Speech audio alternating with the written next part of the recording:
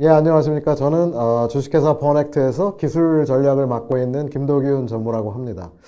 오늘 여러분 만나서 반갑고요. 저는 오늘 확장현실, 즉 XR 기술의 하드웨어 및 소프트웨어 기술 트렌드를 말씀드리겠습니다.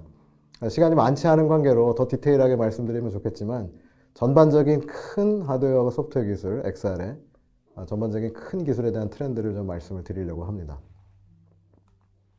들어가기에 앞서서 메타버스가 무엇인지 좀 얘기를 드릴게요. 메타버스 뭐 워낙 많이 들으셔가지고 좀 지겨우실 수 있지만 조금 새로운 뷰에서 볼 수 있도록 좀 설명을 드리겠습니다. 저는 이렇게 생각을 해요. 이 노래 아시는 분 계신지 모르겠지만 현실인 듯 현실은 아닌데 현실이 아니라고 부정하기엔 너무 현실 같은 세계, 이게 이제 우리가 맞닥뜨릴 메타버스라고 생각하고, 그렇게 생각하는 이유는 저는 이 영화에서 영감을 많이 받았어요.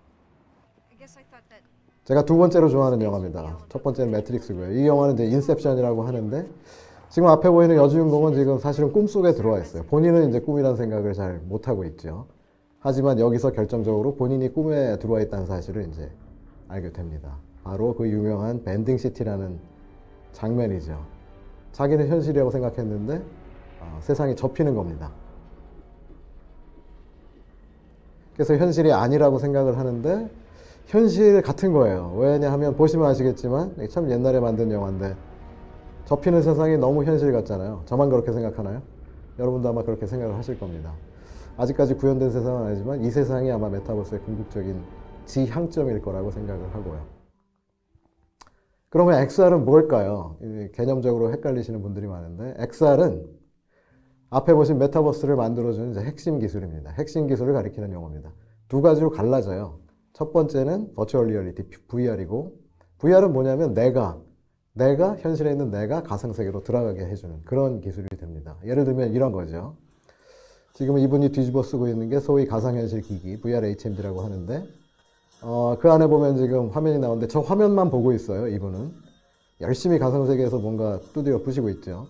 이분은 지금 현실하고는 아무 관계가 없어요. 자기 자신이 온전히 다 가상세계로 들어가서 지금 하고 있습니다. 굉장히 다이어트에 도움이 될 것 같습니다.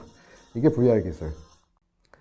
두 번째는 AR 기술. AR 기술은 뭐냐면 내가 가상세계, 메타버스로 들어가는 게 아니라 메타버스가 나한테 오는 그런 기술이 되겠습니다. 이런 거죠.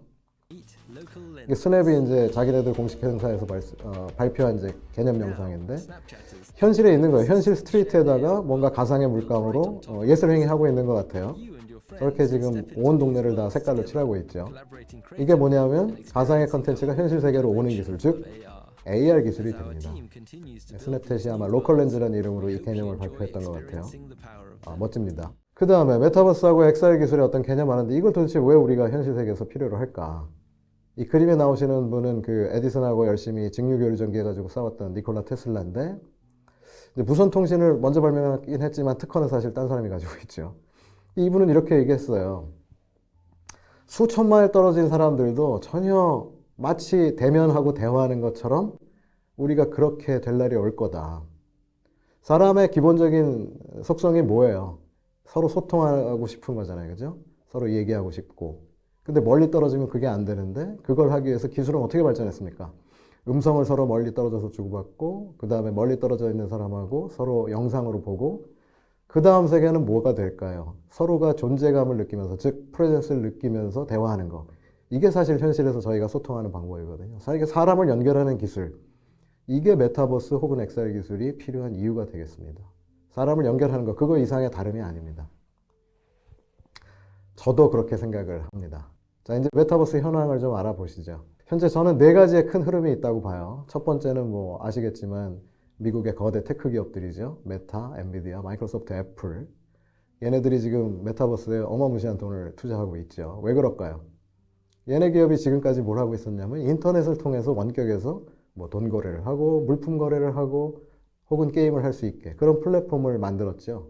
거기에 이제 솔루션 기업들이 각자의 이제 어플리케이션을 올리고 거기서 이제 발생하는 수익을 나눠 먹는 그런 구조죠.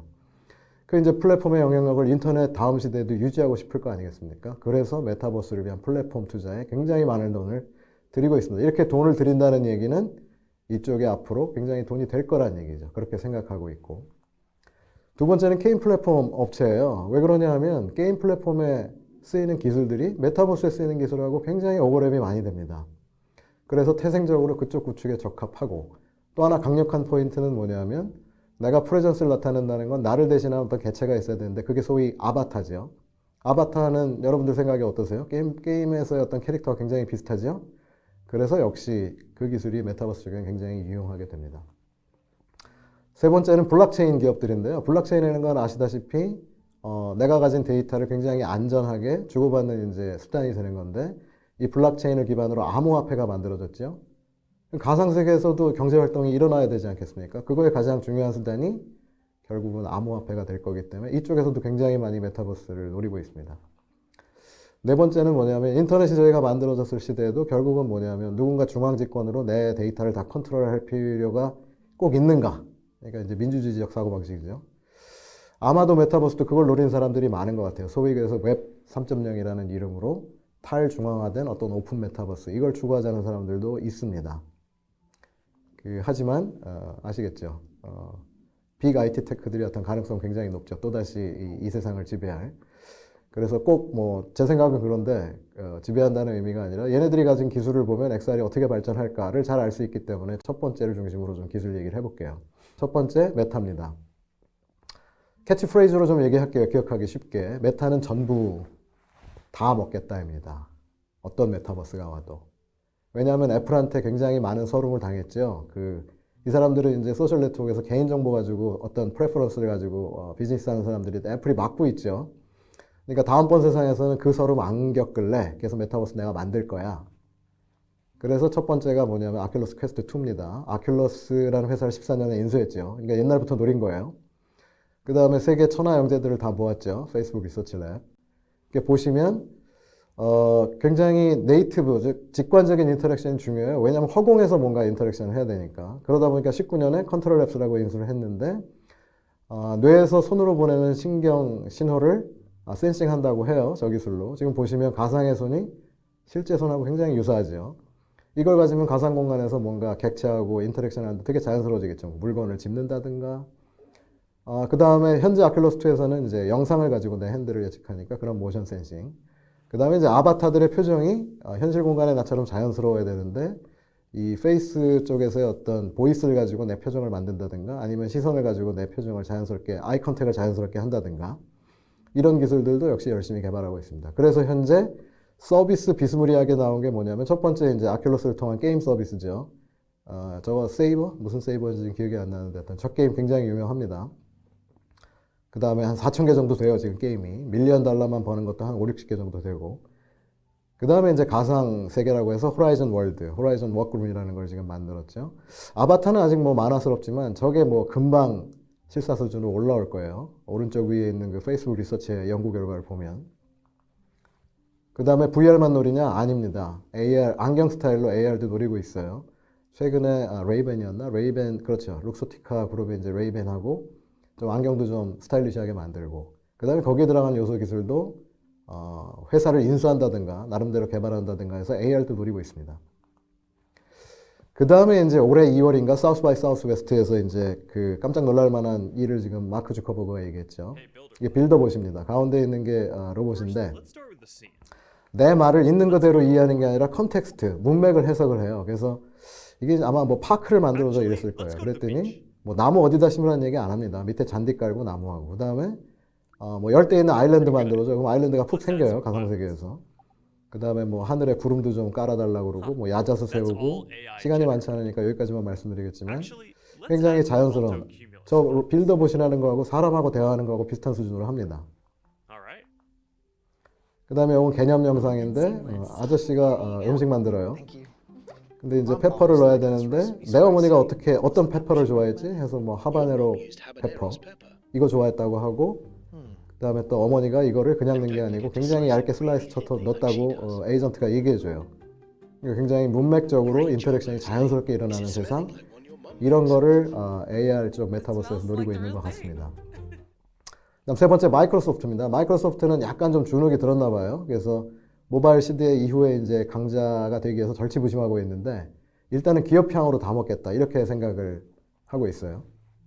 홀로렌즈가 보기에 굉장히 투박하죠. 엔터프라이즈형으로 적합할 것 같고 2도 나왔고 그다음에 뭐 많이 팔리지는 않지만 얘네도 이어버드 스타일의 어떤 음성 인식, 그다음에 뭐 실시간 번역 이런 거 할 수 있는 이어버드도 가지고 있습니다. 그다음에 엔터프라이즈라고 하는 게 뭐냐면 뉘앙스 인수에서 드러나는데, 뉘앙스는 사실 약간 의료용으로 좀 특화된 음성 인식 기술이에요. 그다음에 여기도 마찬가지로 손의 모션을 뭐 카메라 같은 걸로 인식해서 굉장히 자연스럽게, 저기 번쩍거리는 건 실물이 아닙니다. 가상객체죠. 근데 실물 같죠? 저는 그렇게 보여요. 이런 인터랙션 기술. 그 다음에 작년 말인가 사티아 나델라, 마이크로소프트 CEO죠. 나와서 본인들이 여태까지 가지고 있던 조금만 요소 기술을 저렇게 소프트웨어 스택으로 만들어서 자기네들은 원래부터 메타버스 소프트웨어 스택을 만들고 있다고 하는 것처럼 지금 얘기를 하고 있어요. 메타버스를 굉장히 중요하게 생각한다는 거죠. 자, 이 영상이 뭐냐면 엔터프라이즈의 AR 기술의 어떤 활용이에요. 여직원분이 여기 취직한 지 일주일도 안 됐어요. 근데 앞에 보이는 굉장히 복잡한 기계를 어떻게 조립하냐면요, 저렇게 가상객체로 공구의 모습을 띄워주고 어떻게 돌려 이렇게 얘기하는 거예요. 그렇게 되면 다음 스텝으로 넘어가면 또 저렇게 공구의 모습을 보여줘서, 저게 없으면 저걸 넣는데 굉장히 시간이 많이 걸리겠죠. 여직원분도 굉장히 뿌듯해하는 것 같아요. 자기가 저런 기술 모르는데도 조립을 잘하는 것 같아서. 그 다음에 제가 이제 엔터프라이즈라고 얘기했는데, 최근 삼성하고 기사난 거 보면 심상치가 않습니다. 저게 삼성이 작년에 개념 영상으로 냈던 건데, 저 안경이 아마 AR 글래스 프로토인 것 같아요. 그래서 뭔가 작업을 하다가 저기 희끄무리하게 보이는 고스트가 이제 텔레프레전스로 온 사람들이고, 그 사람들하고 뭐 디자인 리뷰하는 것 같죠. 근데 기사를 보면 마이크로소프트가 삼성하고 협력한다고 해요. 그래서 아마 삼성하고 협력하면서 P2C도 노리는 게 아닌가, 살짝 그런 생각도 해봅니다. 그 다음에 애플이에요. 사실은 애플은 그 스마트폰 시대 때도 노키아가 먼저 나온 다음에 시장이 본격화되니까 굉장히 엄청난 기술로 한 방에 시장을 점령을 해버렸죠. 그래서 아마 메타버스도 그렇게 될 것 같아요. 왜? 이미 디바이스 에코 중에 글래스 빼고 다 있어요. 아이폰 있죠. 그 다음에 이어버드 있죠. 그 다음에 손목에 지금 시계 찾잖아요. 아마 이 시계하고 이어버드는 인터랙션에 자연스러운 써야 될 거고, 아이폰은 아마 컴퓨팅 파워를 갖는 기기가 될 겁니다. 어떻게 연결될까? 이렇게 생각을 해봅니다. 글래스가 나올 거고요. 아마 이쁘게 나오겠죠. 디자인은 저도 모르겠어요. 그거의 컴퓨팅 파워를 저 글래스에서는 다 담당을 못할 테니까 아이폰이 담당할 거고, 그 아이폰을 통해서 자연스러운 인터랙션이 연결이 될 것 같아요. 이게 애플의 주특기죠. 디바이스 에코 만들어서 아이폰 하나 사면 나머지 다 사게 만들잖아요. 글래스도 그렇게 될 것 같습니다. 그 다음에 조금 결이 다른 회사가 엔비디아예요. 엔비디아는 앞에 있는 회사 누가 메타버스를 가져가든 내가 다 먹겠다. 무슨 얘기냐? 엔비디아는 사실 소프트웨어 솔루션이나 기기 자체를 만드는 회사는 아닌데, 그걸 만들기 위해서 필요한 재료를 다 보유하고 있어요. GPU 잘 만들죠. GPU로 클라우드 하죠. 최근에 GPU, AI 기술들이 굉장히 병렬 고연산을 필요로 하니까 그걸 GPU로 돌리고 있습니다. 그래서 누가 먹든 이 재료는, 우리가 금광을 가게 되면 광부들보다는 곡괭이 팔고 이런 사람이 돈 더 잘 벌잖아요. 재료. 아마 엔비디아도 그렇게 될 것 같아요. 그래서 발표한 게 옴니버스라는 어떤 플랫폼이고, 옴니버스 엔터프라이즈라고 해서 기업향도 노리고 있고, 그걸로 AI 기술들이 잘 돌아가요 이런 거 선전하고 있고요. 그 다음에 실감 렌더링 그래픽스, 그 다음에 어떤 시뮬레이션의 시뮬레이션, 그 다음에 아주 실감나는 아바타, 이런 것들을 만들고 있고 에코를 구축을 하고 있습니다. 하나만 보여드리면 이게 이제 맥신에서 나온 어떤 실감 아바타예요. 뭐 아직은 실감이 좀 떨어져요. 이게 이제 언캐니 밸리인데 뭐 아주 사람 같진 않은데 많이 사람 같죠. 그리고 이 여인이 얘기하는 게 굉장히 다국어로 AI 기술로 다 번역이 됩니다. 입모양도 그거에 좀 맞춰서 인공지능으로. 그 다음에 아바타에서 또 중요한 게 뭐냐면요, 아까 프레전스라고 했잖아요. 사람이 사람을 아이 컨택 한다는 게 굉장히 중요합니다. 그래서 아바타가 이렇게 고개를 돌려도 항상 시선은 컨택이 될 수 있도록. 마지막으로 엔터프라이즈를 조금 더 강조할게요. 저희 회사가 이제 엔터프라이즈랑 AR이니까. 그렇기도 하고, AR이 일반 소비자 시장하고 기업향 시장을 다 들어갈 수 있지만 기업향이 좀 쉬워요. 현재까지는. 왜? 기업향에서는 넘버로 금방 효율이 나오거든요. 아까 그 마이크로소프트 제가 예 보여드렸을 때 초보 직원이 금방 복잡한 기계를 만들잖아요. 그 얘기는 뭐냐면 일의 효율이 올라가고, 그 다음에 글래스로 가이드하니까 오류도 생기지 않고, 그 다음에 이제 안전한 작업도 될 수 있겠죠. 그래서 이런 얘기는 듣는 순간 저걸 적용하면 굉장히 기업의 어떤 레버뉴를 창출하는데 도움이 많이 되겠네, 이런 생각을 하게 됩니다. 그 다음에 최근에 이제 미국 같은 데를 중심으로 굉장히 노련한 작업자들, 이 베이비 부모인데 이 사람들이 이제 퇴직할 시기가 됐어요. 퇴직을 하다 보니까 노하우나 지식이 전수되기 전에 이분들이 퇴직을 하니까 공장 입장에서는, 기업 입장에서는 굉장히 피곤한 일이 되죠. 근데 이 AR 기술을 이용하면 그걸 미리 AR 컨텐츠로 난리지원을 할 수가 있어요. 그래서 아마 엔터프라이즈 AR이 좀 잘 될 거라고 보고, 그렇지만 이게 그렇게 쉽냐? 그렇게 쉽지만은 않습니다. 왜? 이 사람이라고 하는 게 신기술을 처음에 도입하게 되면 그게 베니핏을 주든 안 주든 일단은 사람이라는 건 거부를 하게 되어 있어요. 그러다 왜 그러냐 하면 더군다나 이게 혹시 내 일자리를 뺏지 않을까? 그 다음에 나의 성과가 기술에 내는 성과하고 비교가 되지 않을까? 이런 겁을 먹게 돼 있죠. 더군다나 코로나 때문에 이런 걸 기업이 도입하려고 하는 지금 이 순간에도 그렇게 쉽지는 않습니다. 그래서 파일럿으로 한두 개 정도 라인 이렇게 적용해 보다가 이걸 공장 전체로 늘리는 일이 잘 안 벌어지고 있어요. 그래서 이런 게 지금 현재 엔터프라이즈에서도 페인 포인트고, 이거는 꾸준히 도입하면서 효과를 보여줘야 풀릴 것 같습니다. 엔터프라이즈조차 이래요. 그래서 노력을 많이 해야 된다는 생각이 듭니다. 마지막으로 저희 버넥트가 가진 기술을 간단히만 좀 설명드리겠습니다. 자세한 내용은 아마 뒤에 이어지는 세션에서 잘 말씀드릴 거로 생각이 듭니다. 버넥트는 크게 이제 AR을 적용할 수 있는 소프트웨어 솔루션, 그 다음에 그런 소프트웨어 솔루션을 밑에서 받치고 있는 핵심 기술, 플랫폼, 이런 것들을 가지고 있습니다. 그래서 소프트웨어 솔루션은 크게 세 가지인데, 이제 원격에 있는 아주 숙련된 전문가가 현장에 있는 초보 일꾼하고 영상으로 연결이 돼서 멀리 떨어져 있어도 현장 작업자가 보는 영상을 그대로 같이 보면서 노련한 작업자가 마치 현장에 있는 것처럼 초보 일꾼을 가이드할 수 있는 리모트란 솔루션. 그 다음에 실시간에 서로 연결이 되지 않을 때 그 숙련된 기술자의 컨텐츠를 마치 우리가 파워포인트 슬라이드 만들듯이 쉽게 만들어서 오프라인에서 현장에 있는 작업자가 그 슬라이드를 공간상에다가 띄워놓고 직관적으로 그 매뉴얼들을 보면서 작업할 수 있는 메이크하고 뷰라는 솔루션.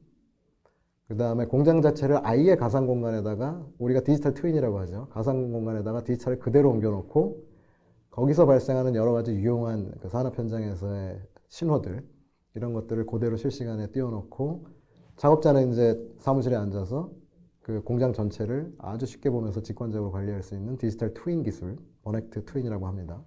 이런 것들의 소프트웨어 솔루션을 가지고 있고, 그 다음에 원천 기술이 굉장히 중요한데 이게 있어야 이제 경쟁력을 가지니까 그 현실 공간을 그대로 모델링하고 현실 공간의 가상의 객체를 마치 실물인 것처럼 그대로 놓을 수 있는 이제 트래킹 기술. 그 다음에 이런 원천 기술들과 소프트웨어들을 현장에 있는 사람들이 아주 쉽게 쓸 수 있는 플랫폼, 백엔드 서버 쪽 서비스 기술. 그 다음에 여기서 벌어지는 모든 데이터들을 한눈에 쉽게 볼 수 있는 정보를 관리하는 워크스테이션. 이런 이제 그 백엔드 쪽의 플랫폼 기술들을 가지고 있습니다. 자세한 설명은 뒤에 이어지는 세션에서 잘 설명할 테니 거기서 들어주시길 바라고, 오늘 XR의 핵심 하드웨어 소프트 기술에 대한 전반적인 트렌드는 여기서 소개를 마치겠습니다. 부디 이해하는 데 도움이 많이 되셨기를 바라겠습니다. 감사합니다.